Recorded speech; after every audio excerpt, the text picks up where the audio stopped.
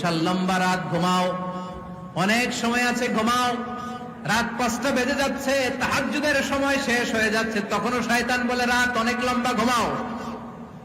ফজরের সময় পার হয়ে যাচ্ছে, সূর্য উঠে যাচ্ছে, শয়তান বলে আলাইসা লাইলুন তাওয়িলুন ফারকুদ, এখনো অনেক সময় আছে, লম্বা লম্বা লম্বা চওড়া রাত পড়ে আছে, তুমি ঘুমাও।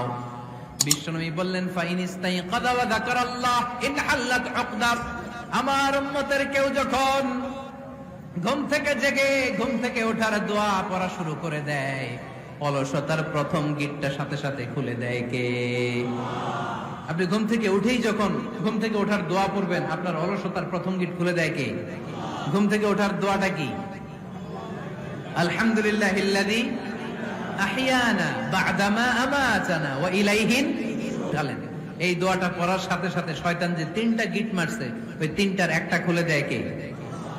ফাইন তাওয়াদ্দা ইনহাল্লাত উকদা, ঘুম থেকে জেগে ঘুমের দোয়া পড়ার পরে যখন কেউ ওযু করে ফেলে, অলসতার দ্বিতীয় গিটটাও খুলে দেয় কে?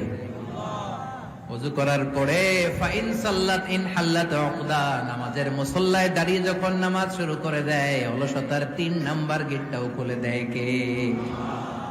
3টা গিট যখন খুলে দেয়, বিষ্ণু ইসা ইসলাম বললেন ফাআসবাহা নাশীতাল কলব, নাশীত, তখন মুমিন বান্দা সজীব হয়ে ওঠে, প্রাণবন্ত হয়ে ওঠে, উচ্ছ্বসিত হয়ে ওঠে। ওয়া ইল্লা হাবিসান নাফসি কাসলান, আর যদি ঘুমিয়ে থাকে, 3টা গিট তার মাথার পেছনে শয়তানের অলসতার লেগে থাকে, তাহলে তার দিনটা শুরু হয় অলসতা দিয়ে, আর সে হয় অলসতার রাজা। চিল্লা এখন ঠিক কিনা?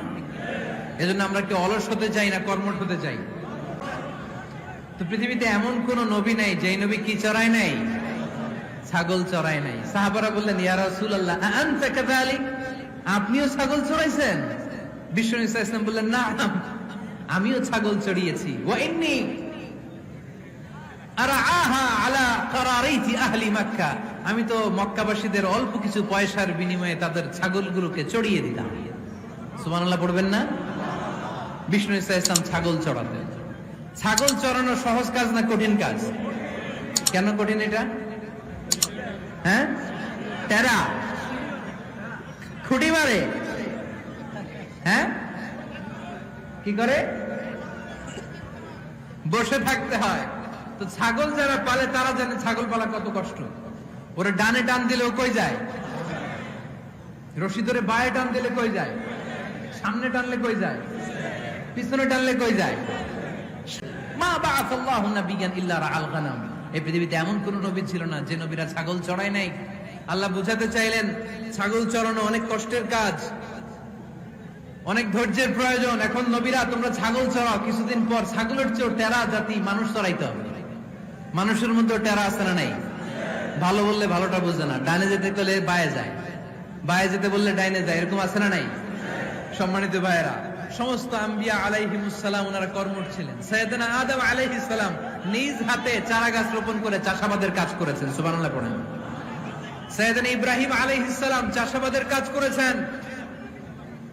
সাইয়েদনা দাউদ আলাইহিস সালাম নিজ হাতে যুদ্ধের জন্য যে পোশাক পরতে হয়, যেটা পরলে গায়ের মধ্যে ছুরি মারলেও ঢুকে না, ওই শিরস্ত্রাণ বানিয়েছেন, নিজ হাতে তলোয়ার বানিয়েছেন। সুবহানাল্লাহ পড়েন।